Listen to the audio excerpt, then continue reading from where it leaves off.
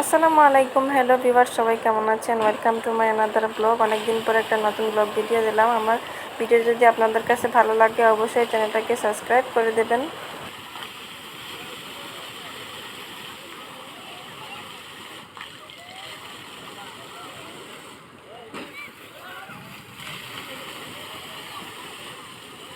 তো ঈদের পরের দিন হচ্ছে কি আমি অনেক বেশি অসুস্থ হয়ে গেছিলাম, তো যার কারণে কোথাও আর ঘুরতে যাওয়া হয়নি।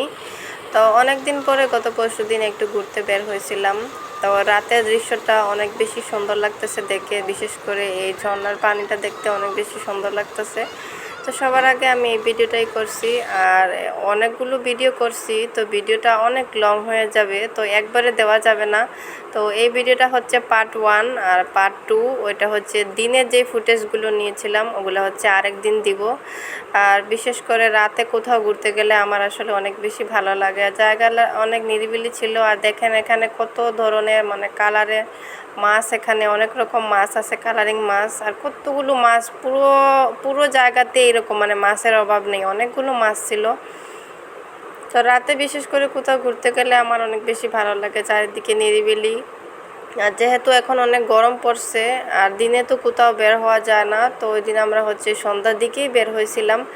আর রাত্রে এখানে সব দিকে লাইটিং করা থাকে, সেজন্য দিনের চেয়ে রাতে বেশি ভালো লাগে।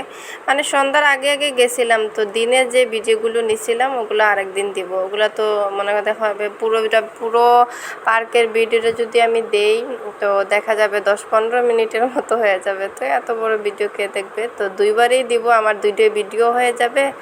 আর পুরো পার্কটাও আপনাদেরকে দেখাবো। ওই দিন একজনে একটা মানে পার্কের পিক পোস্ট করছিলাম, তো একজন ভাই কমেন্ট করছিল পুরো পার্কটা ওনার মানে ঘুরে ভিডিও করে দেখানোর জন্য।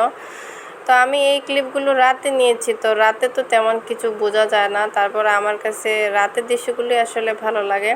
তো দিনেরও কিছু ক্লিপ আছে, ওগুলো আরেকদিন দিব। তো জায়গাটা আপনাদের কাছে কেমন লাগতেছে অবশ্যই কমেন্ট করে জানাবেন। এটা হচ্ছে চাঁদপুরে ফারিসা রিসোর্ট। তো যারা যারা চাঁদপুরের আছেন, ওই দিন নীলিমা আপু এটা একটা রিলস ভিডিও দিছিলাম, জিজ্ঞেস করছিল যে এটা চাঁদপুর কোথায়। তো এটা হচ্ছে চাঁদপুর ফারিসা রিসোর্টে। তো যারা যারা আসেন নাই অবশ্যই চাঁদপুরে যারা আছেন অবশ্যই ঘুরে যাবেন। জায়গাটা বেশ বড় সড়ো, মানে অনেক বড় এরিয়া, দেখার মতো আছে, ভালো লাগে। মানে অনেকক্ষণ সময় নিয়ে আসতে হবে, প্রায় 2-3 ঘন্টার মতো সময় নিয়ে আসলে আপনি পুরোটা ঘুরে, মানে অনেক বড়, ঘুরতে ঘুরতে দেখার শেষই হয় না। তো আমরা বিকালের দিকে আসছিলাম, তো রাত হয়ে গেছে এখনও, মানে আমরা দেখতেছি চারিদিকে ঘুরে। তো এখনও কাজ চলতেছে, পুরোপুরি কমপ্লিট হয় নাই। তো জায়গাটা আপনাদের কাছে কেমন লাগলো কমেন্ট করে জানাবেন। আর দেখেন সব দিকে নীরব নিস্তব্ধ, লাইটিং করা, পরিবেশটা বেশ ভালো লাগতেছিল। তো দেখা হবে পরবর্তী ভিডিওতে, পার্ট 2 থাকবে অবশ্যই। সবাই ভালো থাকবেন, আল্লাহ।